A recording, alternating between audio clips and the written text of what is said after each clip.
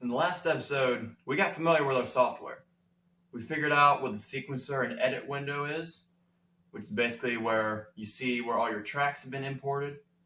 You see the tempo and time signature, and you see all your playback features, your play, stop, fast forward, rewind, etc.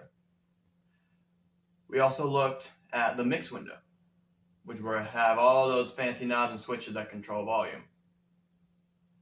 And we also took a little glance at the rack, which is where all of our effects are stored. In today's episode, we're going to be going back to the rack and actually adding some effects to instruments. In the words of Anakin Skywalker, this is where the fun begins. Let's go behind the board. Alright guys, welcome to part 2 of this 5-part series, Production Basics. In the last episode, we left off with the rack, because there were no effects added, and we said we would add some effects this week, and we will. So, we're going to start off by adding a compressor to one of these. Now what a compressor does is it takes large spikes we find when we're recording audio, like for instance, let's go back to the sequencer window.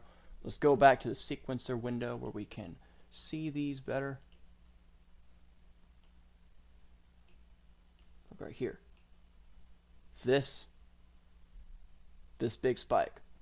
What a compressor will do is it'll tone that spike down, kind of iron it out, because occasionally when you're playing something like keys, especially drums, and you hit something really loud, it'll cause your microphone to clip. Clip meaning you'll have that little fuzzy sound that no one really likes. How do we iron that out? That's what a compressor does. So let's go to the electronic piano. We will solo this track.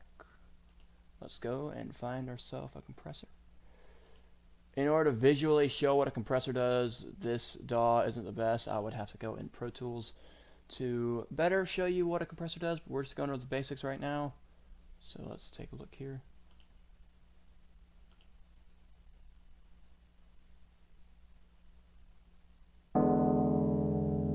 That loud spike right there. Like, I have this turned down in the mixer anyway. Let's say I turned it up. It was a really high volume or higher volume.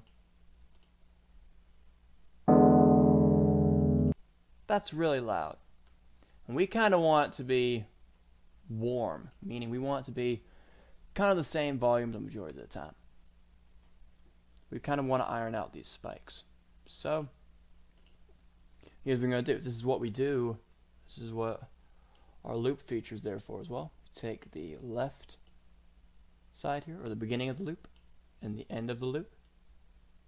So we can do this phrase here. Turn the loop on.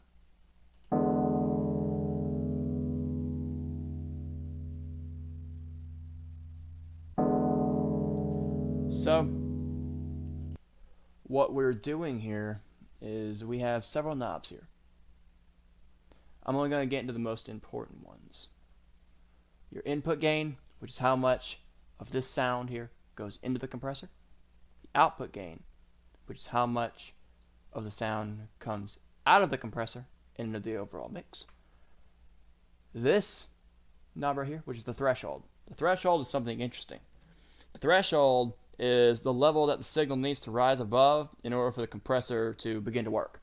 So basically, if it doesn't meet a certain point, it just won't do anything. Like if the compressor was 0 here, meaning not at all, nothing's going to happen. And if the compressor was all the way down to -36, have a lot of stuff happen. That's actually a kind of warm sound. I kind of like that. But I want it to be a little louder, so let's just raise the threshold up a little bit here.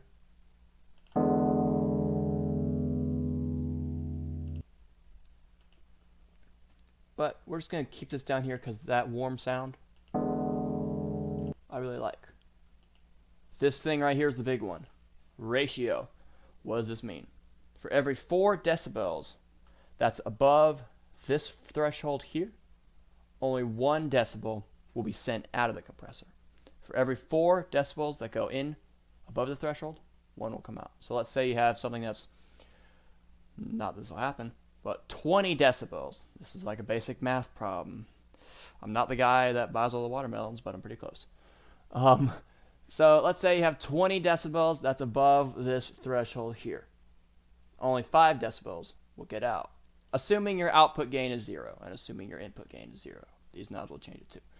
So if we moved our input gain up all the way, that's going to be more sound inputted into the compressor, which is going to cause more compression to happen.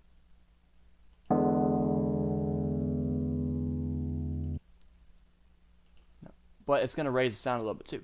Now what the output gain does is it just takes the sound that's just been outputted by the compressor and it's just going to make it sound louder. That's too loud, so we're just going to keep the output gain at roughly 0. That should be good. So that's basically what a compressor does for those high spikes in sound. That's what we use them for. And everything else should be fine. I might put a compressor on this organ just because the organ is pretty loud.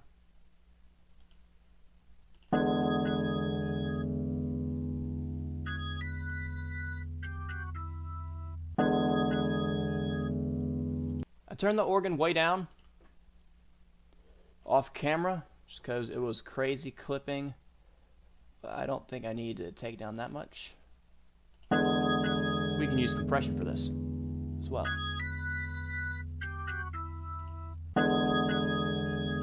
It gets annoying after a while, I know, but trust me.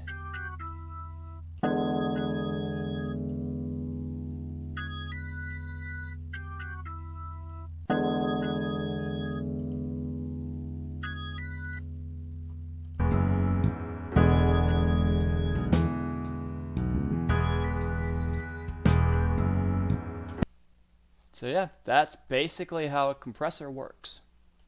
Really cool stuff. That is really helpful because no matter what speakers you'll have, nothing will really clip because everything's already been compressed, which is a very nice feeling to have, especially on your ears. All right, next is reverb.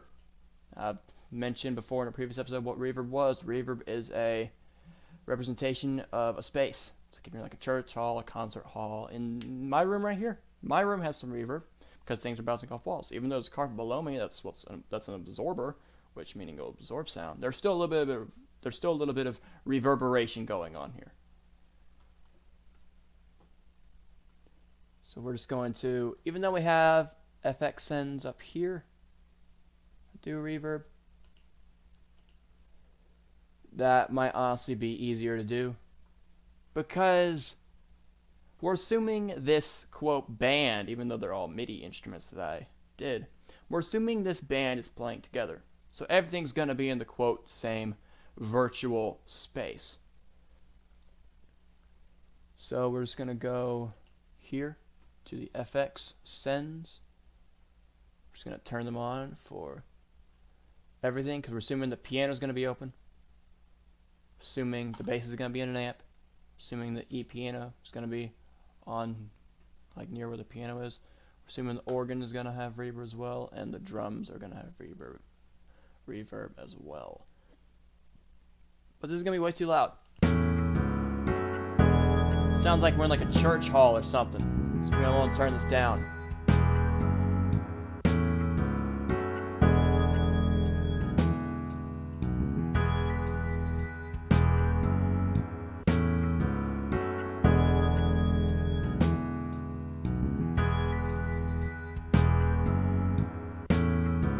Sounds better. You have that representation of, oh, I'm in a space, but it's not overwhelming. It's not like you're in a cave or something like that.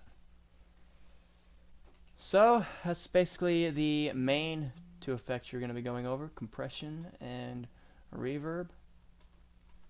We're going to get into EQ in another episode, but I'm just going to go ahead and give you a little crash course on this since we want to, let's say we want to make the drums a little bassier. I'm going to pull up this right here. Show spectrum EQ. Turn on the EQ. What this does, you see where all the frequencies are. The highest being this little area right here. If we wanted to boost the beefiness of the sound, we'd want to take the low frequency, boost it up. Let's boost up 139. No, took the high end up. This is probably boost up the hi-hat a good bit.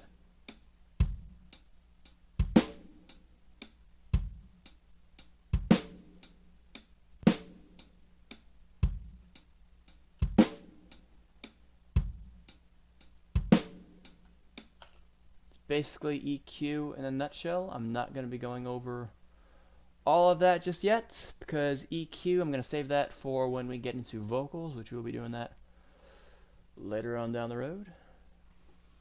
But one thing about this, I really wish that this was in a group and we could mess with all these, mess with one fader instead of having to deal with 5 separate ones.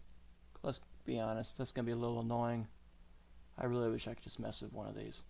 Well, in the next episode of Behind the Board, I will show you guys how to group your tracks, so we will only have to deal with one fader. See you guys then.